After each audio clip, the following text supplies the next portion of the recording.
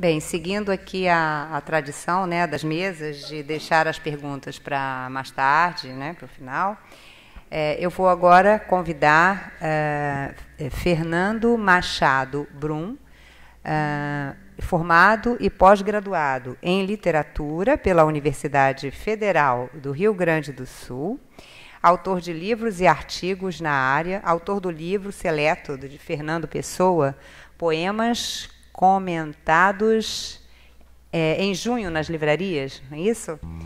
Para falar sobre Fernando em Pessoa. Por favor.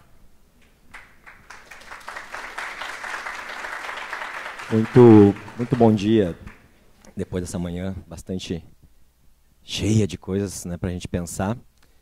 E a doutora Milena e o doutor Pedro me convidaram, né, e não é a primeira vez, o que eu fico muito agradecido, porque eu acho que foi, de certa maneira, agradável a minha participação nos outros congressos. Para mim, certamente, foi muito agradável. Para fazer, segundo o que a doutora Melanie falou, um momento um pouco mais leve. Só que falar de leveza e Fernando Pessoa é uma coisa um pouco complicada, né, porque Fernando Pessoa é um autor pesado. Então, na verdade, a minha fala aqui tem o papel de tentar ilustrar tudo que foi falado hoje, né, através de uma metáfora ou através de uma vida metafórica, que é a vida do Fernando Pessoa. Quantas pessoas cabem dentro de uma pessoa? Essa é uma dúvida existencial bastante forte. Será que é possível alguém multiplicar-se? E qual é o limite disso? Será que é uma decisão deliberada? Eu escolho essa multiplicação de personalidades? Ou será que isso é consequência de uma série de traumas ou de problemas, né, que eu passo na minha existência? Fernando Antônio Nogueira Pessoa nasceu em Lisboa, em 1888. E com 5 anos, em 93, ele perdeu o pai, que era crítico musical. A mãe casa de novo em 94, ele se muda para Durban, na África do Sul, e lá ele vai estudar no Colégio das Freiras Irlandesas, e portanto ele vai aprender a escrever primeiro em inglês, depois em português. Significa que ele perdeu o pai, que ele perdeu a pátria, que ele perdeu a língua, que ele perdeu uma irmã, que depois ele perde a mãe, que depois ele perde o resto da família, porque ele volta sozinho a Portugal, vai trabalhar como uma profissão muito difícil, tradutor de nota fiscal. Começou a fazer faculdade de letras, eu costumo dizer no colégio como todo gênio, mas como bom gênio ele largou a faculdade de letras, né? Porque os gênios eles não ficam na faculdade de letras, né? Só os que viram professor ficam na faculdade de letras até o final. Porque a faculdade de letras atrapalhava a escrita dele. Ele era um compulsivo pela escrita. E Fernando Pessoa não conseguia se conter em si. Então ele escreve, ele diz, né, a origem dos meus heterônimos, esse processo que ele vai gerar de multiplicar-se, não vou dizer o infinito, mas em 127 poetas e escritores diferentes. Então é um caso de múltiplas personalidades gigantesco, né? É o fundo traço de histeria que existe em mim. Não sei se sou simplesmente histérico ou se sou histeroneurastêmico. Tendo para essa segunda hipótese, seja como for, a origem mental dos meus heterônimos está na minha tendência orgânica e constante para a despersonificação. A perda de mim mesmo, nas várias perdas que eu vivi, fizeram com que eu não conseguisse mais voltar a mim. Isso é o que vai dizer o Robert Brechon, que é talvez o maior biógrafo do Fernando Pessoa. E ele vai dizer então, né, num diagnóstico bastante pessoal dele, bastante da época, 1930, ele vai dizer assim, eu sou histeroneurastêmico. Se eu fosse mulher, cada poema do Álvaro de Campos, o mais histericamente histérico em mim, seria um alarme para a vizinhança. Como sou homem, tudo acaba em silêncio e poesia. Ele não encarnava essas pessoas diferentes, mas ele as via no espaço onírico do sonho. É isso que ele vai dizer. E ele viveu essa pleiade de loucura tão intensamente que, coitado da noiva dele, Ofélia, né, quando ele separa-se da Ofélia, reza a lenda sem nunca ter beijado a coitada, ele escreve uma carta, ou seja, ele se separou dela por WhatsApp ou por Face, né? Estava em relacionamento sério, agora não está mais, né? Só que quem escreve a carta para a coitada da noiva dele não é ele, Fernando Pessoa. Diz a carta assim, Excelentíssima Senhora Dona Ofélia de Queiroz, um abjeto e miserável indivíduo chamado Fernando Pessoa, meu particular e querido amigo, encarregou-me de comunicar a Vossa Excelentíssima, considerando que o estado mental dele o impede de comunicar qualquer coisa, mesmo a uma ervilha seca, exemplo da obediência e da disciplina, que Vossa Excelentíssima está proibida de pesar menos gramas, comer pouco, não dormir nada, ter febre e pensar no indivíduo em questão. Foi assim que ele acabou o noivado. E quem é que escreveu a carta para ela? Assina, cumprimenta Vossa Excelentíssima, Álvaro de Campos, engenheiro naval. Um dos heterônimos. Álvaro de Campos nunca existiu. Álvaro de Campos foi uma criação do Fernando Pessoa. Fernando Pessoa, então, brilhantiza um conceito que é o conceito da heteronimia. É o único caso que existiu de verdade. Eu dava uma aula sobre isso anos atrás, e uma menina vira para mim, no meio de 500 alunos, e diz assim: professor, com todo respeito, o senhor está enganado. Eu assim, desculpa, não estou enganado. Eu fiz estudos pessoanos com a maior especialista em Fernando Pessoa do Brasil. Eu estudei bastante, eu gosto disso, eu não estou enganado. Não, tu estás enganado. Existe mais uma pessoa que faz isso. Eu fui obrigado a olhar para ela e dizer: então, querida, quando tu fores leitura de vestibular, a gente conversa do teu caso, por enquanto a gente vai ficar só com o Fernando Pessoa. E o Fernando Pessoa, então, ele escreve essa dimensão de heterônimos. Um heterônimo é uma personagem dramática, ou um drama em pessoa. Ele cria esse personagem, e esse personagem, ele vive no mundo, é uma personagem sem peça. É como se eu pegasse o Hamlet e jogasse na Inglaterra. E o que aconteceria com o Hamlet lá? Então, esses personagens nunca existiram efetivamente, mas nunca deixaram de existir. Porque o que existe? Quem existe? Quem somos nós, senão aquilo que deixamos para as outras pessoas? Será que Álvaro de Campos existe menos do que eu? Ele é muito mais famoso do que eu.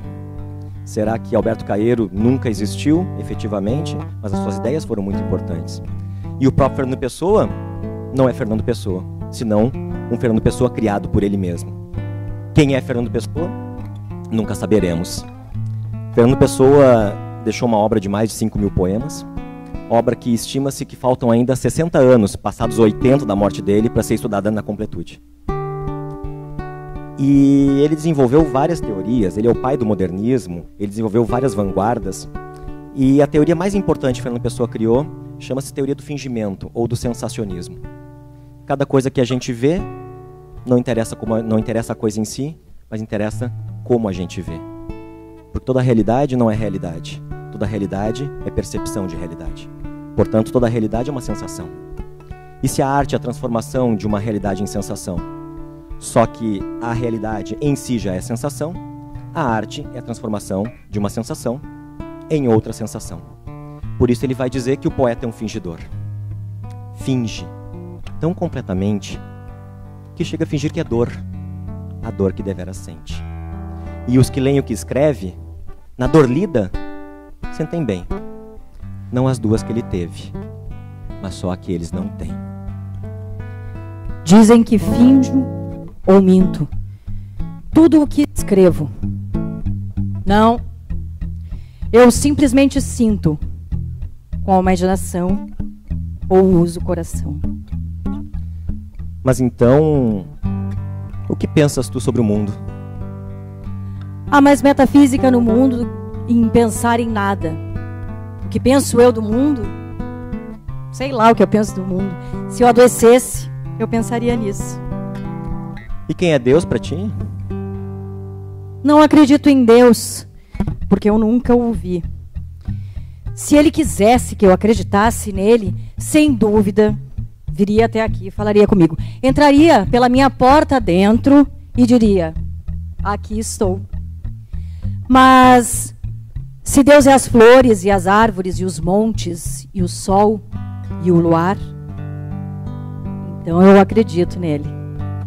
Eu entraria e eu acreditaria nele a toda hora.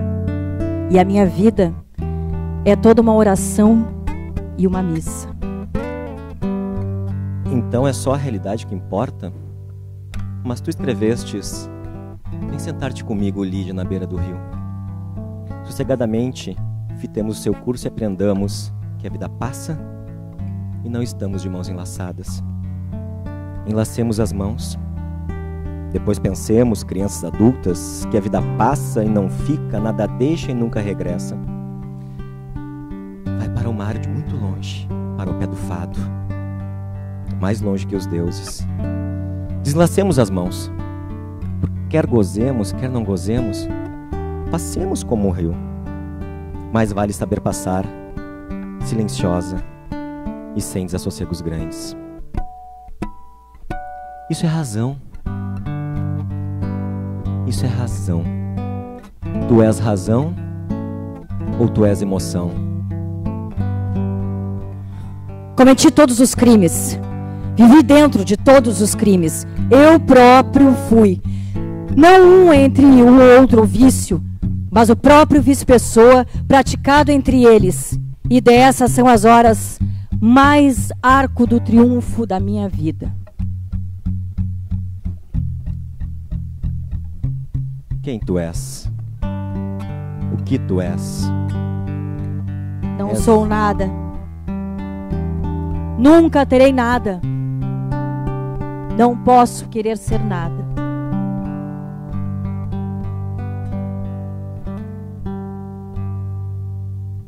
Hoje, passados 80 anos da morte de Fernando Pessoa, nós continuamos nos perguntando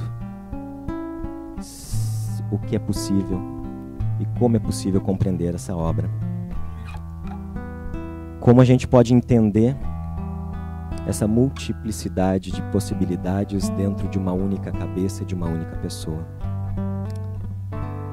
Num poema muito famoso, Fernando Pessoa desbravava o mundo e desbravava o mar e dizia: ó mar salgado, quanto do teu sal são lágrimas de Portugal. Por te cruzarmos, quantas mães choraram, quantos filhos em vão rezaram, quantas filhas ficaram por casar, para que fosses nosso, ó mar. Valeu a pena? Tudo vale a pena, se a alma não é pequena. Muito obrigado.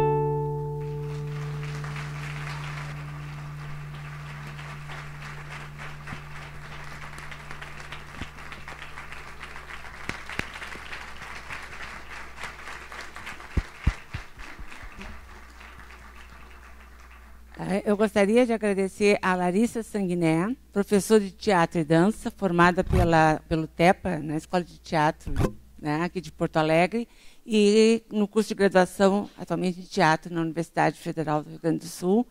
E eu gostaria de agradecer o nosso backup, Paulo Yauspe. Ele é músico, produtor, guitarrista do Money Money e integrante do projeto Fossa Nova. Muito obrigada a todos. A gente se vê depois do almoço.